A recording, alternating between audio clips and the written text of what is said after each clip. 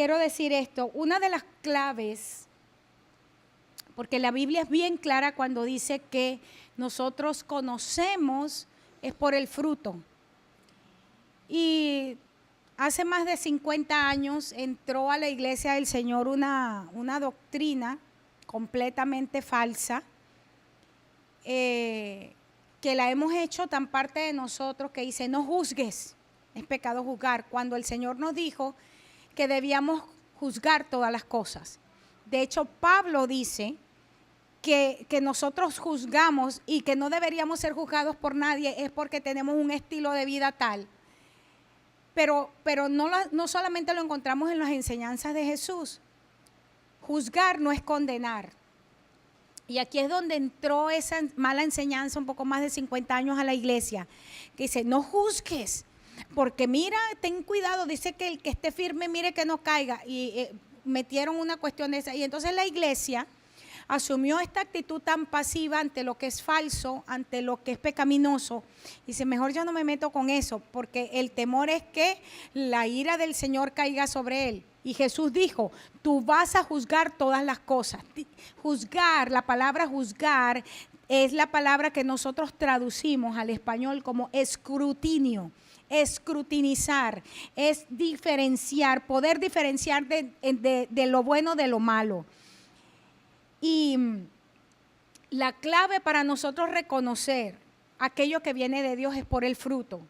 Pero el fruto lo produce un árbol que está alineado, ¿verdad? Está recibiendo los nutrientes del agua que viene del trono de Dios, y el agua es la palabra. No hay otra manera. Si usted, y de hecho yo en algún momento voy a hacer un estudio corto de 3 sesiones para mostrarles bíblicamente, no solamente su derecho, es su responsabilidad juzgar todas las cosas. Pablo dice que nosotros debemos juzgar los espíritus para ver si son de Dios. Así de simple. Entonces no es pecado que usted llegue a la casa, agarre el material que yo le enseño y empiece a verificar cita por cita que es bíblico lo que estoy enseñando. Por el contrario, esa es su responsabilidad y es su derecho en Dios de revisar la enseñanza. Pablo dijo esto: si un ángel del cielo baja y te enseña un evangelio diferente, tenlo por maldito. Porque no podemos aceptar lo que no viene. Y estamos en un momento que es bien importante hacer diferencia entre lo sano y lo profano, lo santo y lo profano en la iglesia. Hoy vamos a ver Pentecostés, los primeros frutos, cuál es el significado. Y en esta parte es bien rica esta clase, y ya creo que hoy vamos a terminar nuestra clase sobre fiesta de Pentecostés, aunque como le pedí al pastor que en los próximos domingos hiciera un estudio de cuáles son, bíblicamente hablando, eso que como cuerpo necesitamos tener para que el Espíritu Santo repose sobre nuestras vidas. 25 de septiembre a las 6 de la tarde inicia el año 5775, año Ajin, pasen adelante, Ajin Hei, nuevo año profético. Y hermanos, como les decía, si podemos resumir el año en una palabra, es el año del Espíritu. Es el año del Espíritu Santo, es un año riquísimo. Mientras más estudio, más me doy cuenta que este año va a ser un año espectacular, emocionante. Y hoy voy a remarcar o reforzar algunas enseñanzas, porque creo que necesitamos estar claros de lo que viene. Esta enseñanza sobre Pentecostés ha sido muy profética de lo que nosotros vamos a empezar a vivir este año.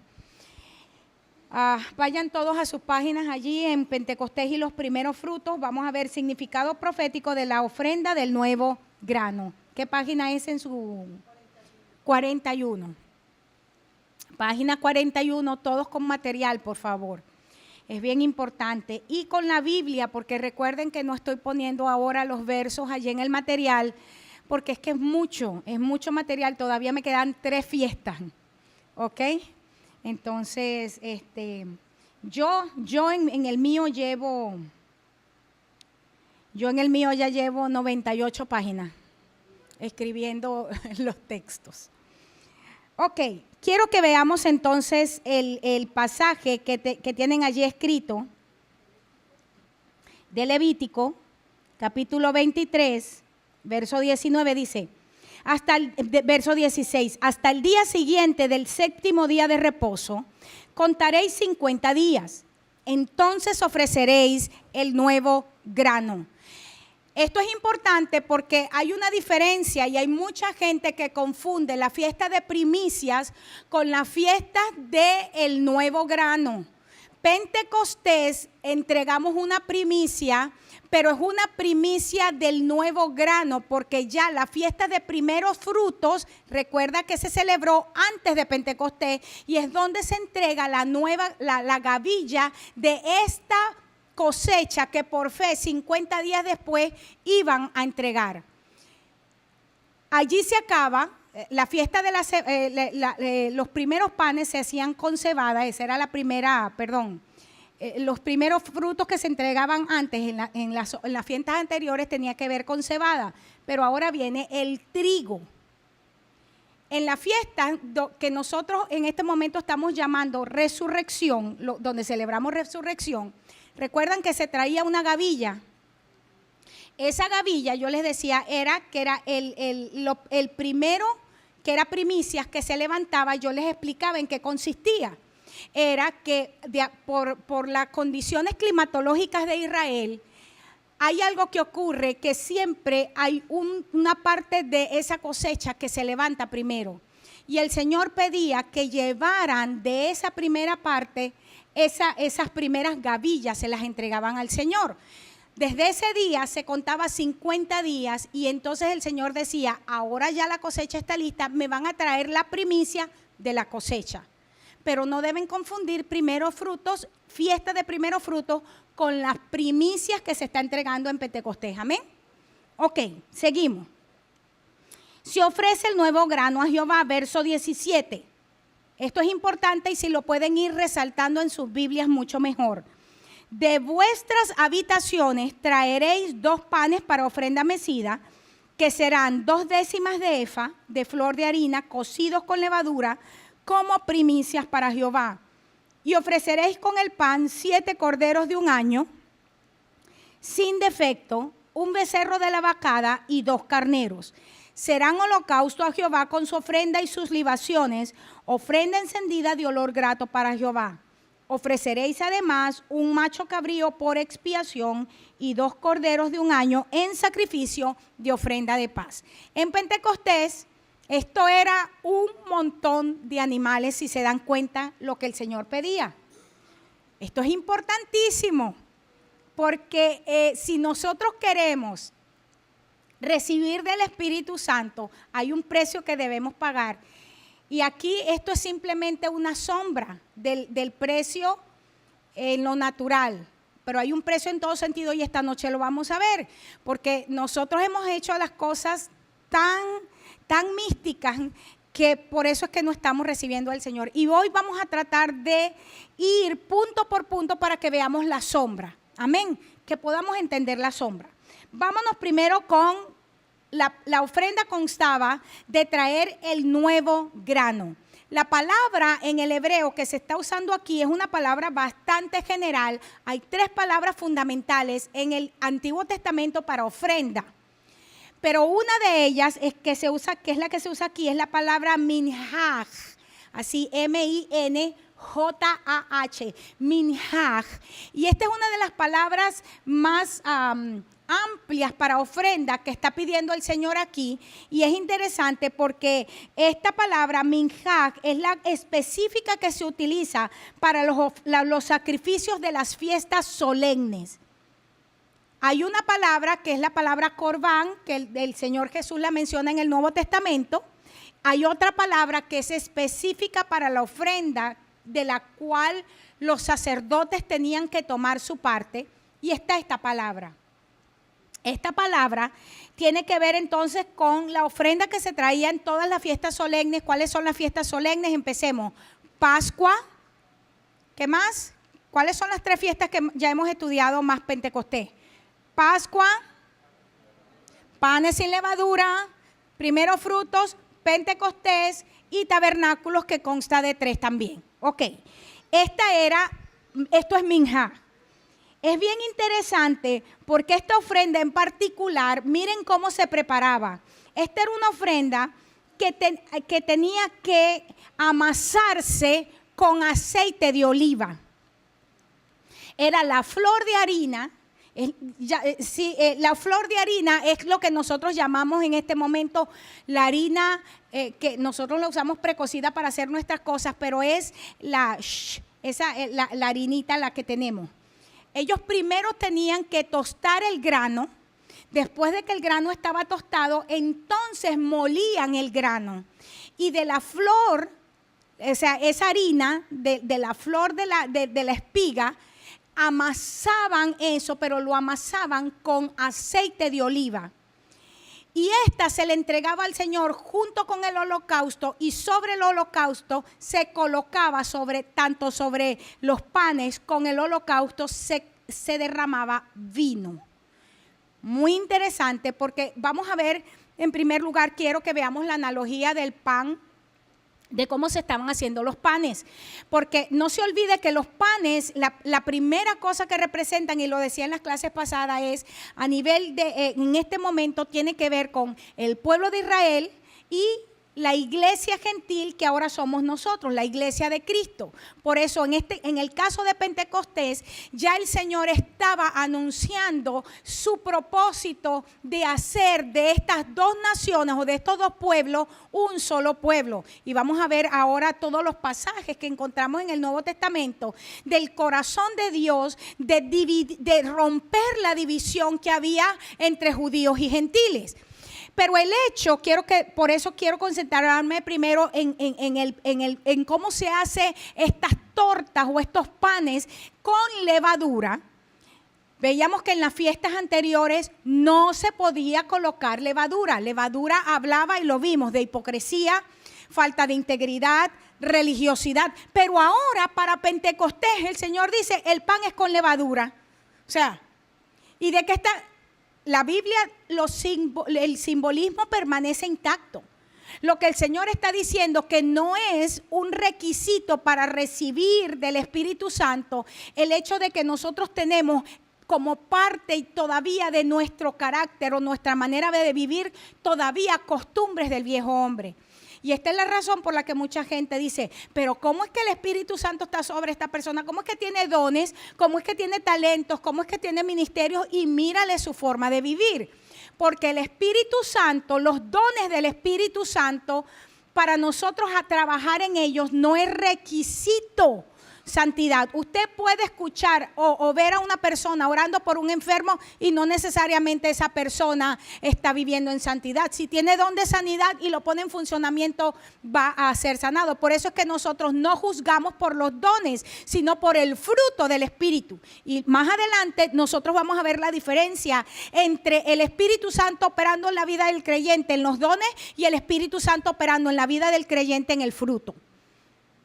El verdadero cristiano se muestra por el fruto, pero los dones, como los dones son irrevocables, una persona que está viviendo fuera de la vida de Dios puede seguir operando en los dones. Puede seguir siendo excelente predicador, por eso tenemos el montón de sinvergüenzas en televisión, con 4 mujeres metidas en la iglesia todita, con 10 muchachos metidos en la misma iglesia y en la escuela dominical y todavía predican bien. ¿Sí o no? Porque el don Dios no lo quita. Pero el fruto, ¿cuál es? Adúltero, fornicario, embustero, lujurioso, lascivioso. Ahí sabemos que no es un creyente. O sea, que no es un cristiano. ¿Me está entendiendo lo que quiero decir? Pero la iglesia de Cristo invirtió el orden y juzga por el don. ¡Wow! Es que tiene una unción y ya te voy a mostrar. El hecho de que esta harina es amasada, primero es triturada, porque la flor de harina es lo más, vamos a decir, lo más suavecito que hay. Sopla la harina y mira cómo vuela. Después que esa espiga es tostada por el fuego, Y el fuego habla del proceso del Espíritu Santo en nuestras vidas.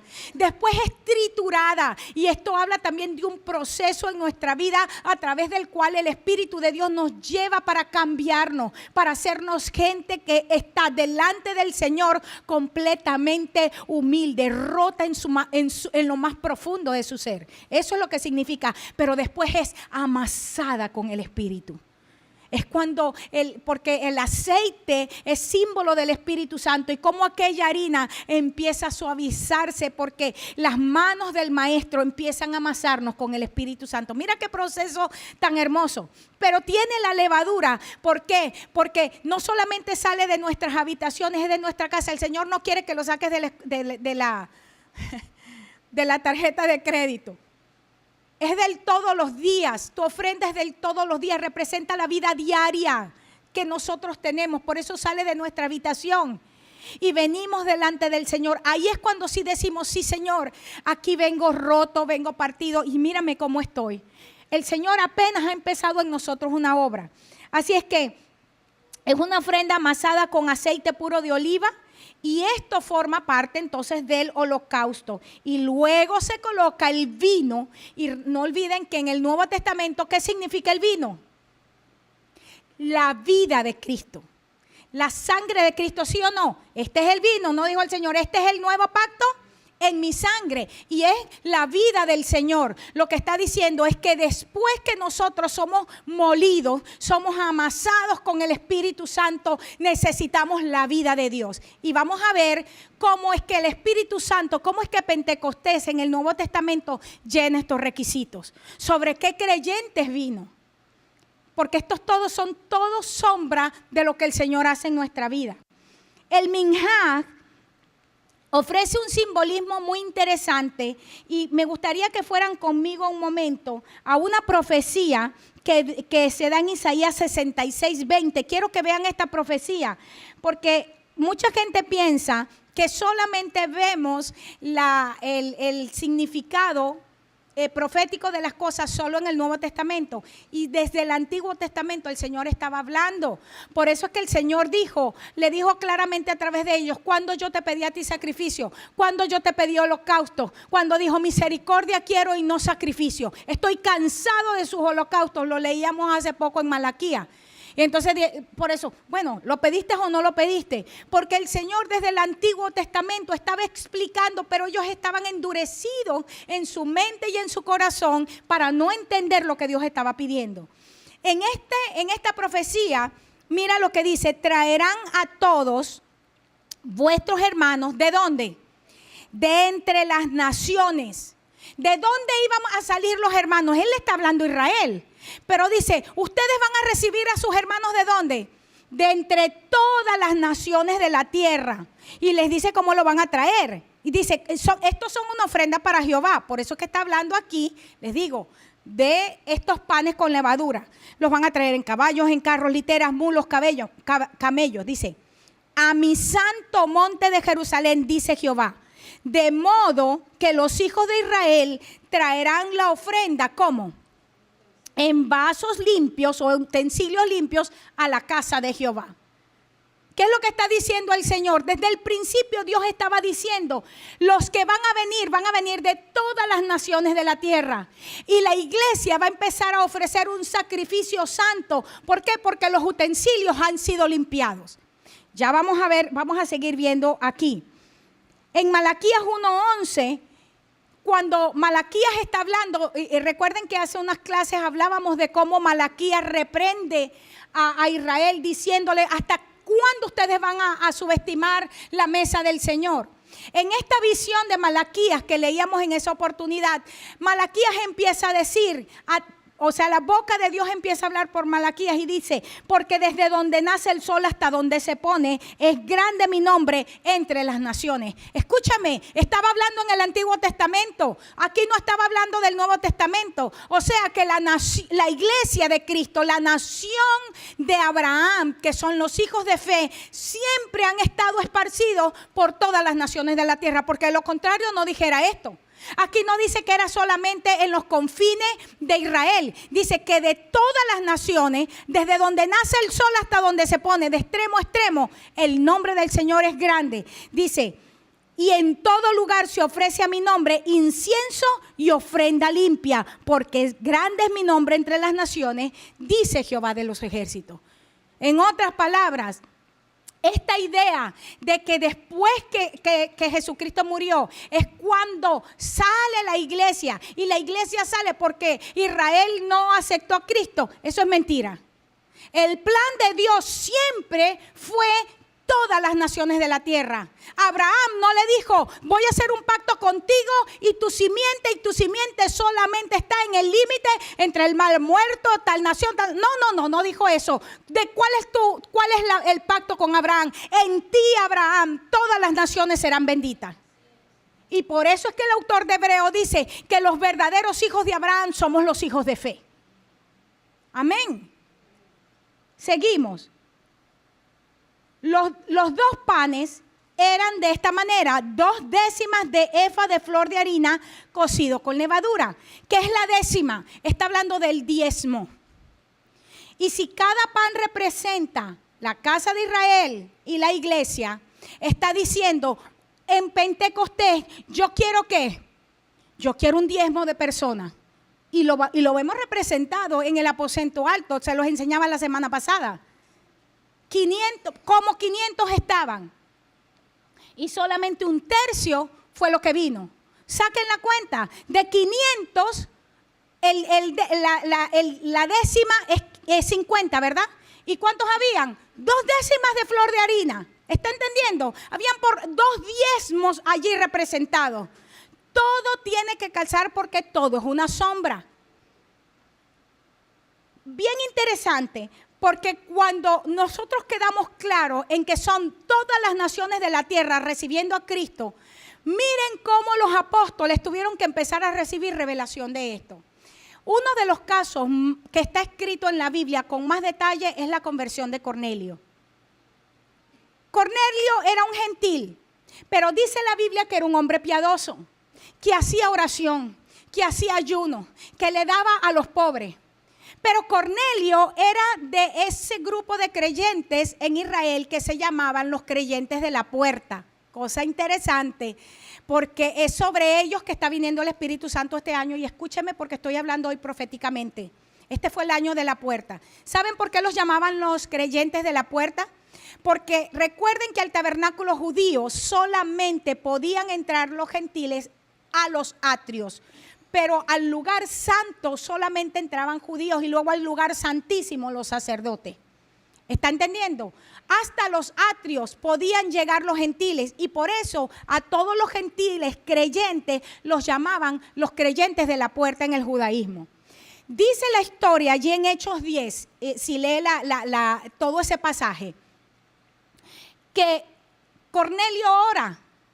Y el ángel del Señor, a causa de las oraciones de Cornelio, viene y le da una palabra a Pedro, sin que antes, porque antes de la palabra, Pedro tiene una visión. Es la famosa visión donde ve, ¿se acuerdan? El montón de cosas inmundas. Y el Señor le dice, mata y come. Y Pedro le dice, no, Señor, pero si yo nunca he comido inmundo. Y el Señor le dice, no llames inmundo ¿a qué? ¿A qué? A lo que yo he limpiado. Y esa visión era para darle la revelación de lo que Dios estaba haciendo con los gentiles. Ellos no podían entenderlo en su mente. Y quiero que escuches esto porque en la mente de la iglesia presente, el paradigma de la iglesia presente es que hay gente que no puede recibir al Espíritu Santo.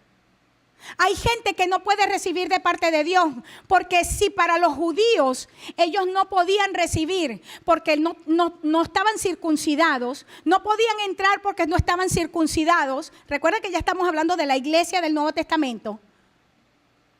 ¿Quién para nosotros? Este tiene tatuaje, esta viene de no sé dónde, esta se pone chore, esta baila, y en nuestra mente un montón de gente son creyentes de la puerta, que no pasan de ahí para allá. Y el Señor está trayendo una revelación. Mata y come y no llames inmundo lo que ya yo limpié. Amén. Vamos a hacer la aplicación porque la aplicación tiene que seguir siendo consistente. Y conocemos la historia. Dice, y coloqué aquí algunos versos nada más.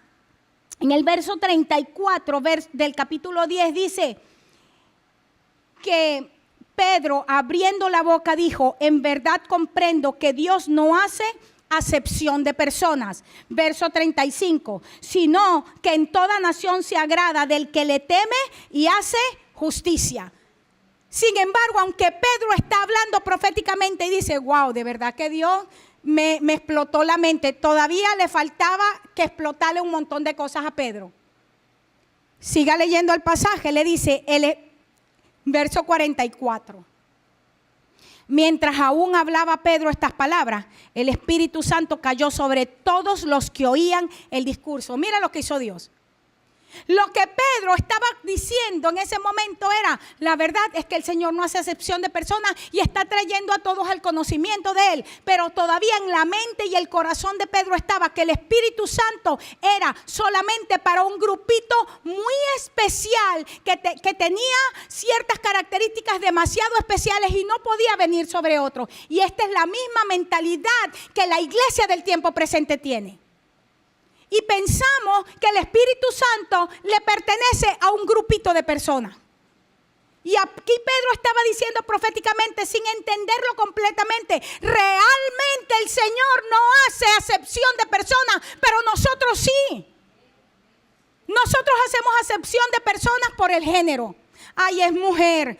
¿Quién le dijo a esa mujer que es profeta? ¿Y quién le dijo a esa mujer que puede ser apóstol? ¿Y quién le dijo que puede ser pastora? En ninguna parte de la Biblia vemos eso. Dios no hace acepción de personas. Lo decimos, pero lo seguimos predicando y creyéndolo en nuestro corazón. Ay, ¿y quién le dijo a ese muchachito que Dios podía usarlo? Si todavía se hace número 2 en los pantalones, ¿a cómo se le ocurre a ese niño de 5 años que puede venir a orar por alguien y Dios lo va a sanar?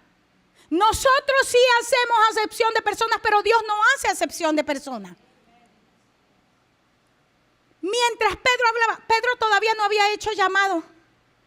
Porque toda la gente que estaba allí era porque Cornelio tenía tal nivel en su comunidad que todos los que vinieron fue por el respeto a Cornelio y porque Cornelio había mostrado un estilo de vida que dijeron: vamos a escuchar lo que Cornelio va a traer.